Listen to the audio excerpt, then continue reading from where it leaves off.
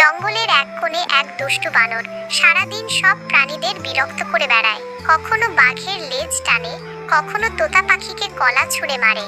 এতদিন চুপচাপ সহ্য করলেও এবার আর না। বাঘ, হাতি, হরিণ সবাই মিলে সেই বানরকে ধরতে দৌড় দেয়। ভাগতে গিয়ে বানরটা হোঁচট খায় নিজের ছোড়া কলার খোসায়। চারপাশ ঘিরে ফেলে সব প্রাণী, চোখ রাঙিয়ে তাকায়। বানর এবার বুঝতে পারে নিজের ভুল। লজ্জা পেয়ে সবার কাছে ক্ষমা চায়, আর সবার জন্য উপহার নিয়ে আসে মিষ্টি ফল আর হাসি। সবাই মিলে বানরকে ক্ষমা করে দেয়। তারপর শুরু হয় নতুন বন্ধুত্ব। সবাই মিলে জঙ্গলের মাঝখানে পার্টি প্ল্যান করে।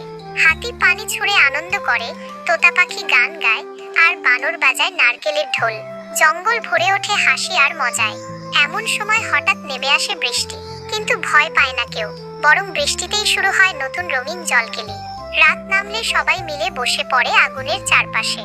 ঝিকিমিকি জোনাকি আলোয় মিষ্টি ফল আর গল্পে কাটে এক দারুণ শান্ত রাত।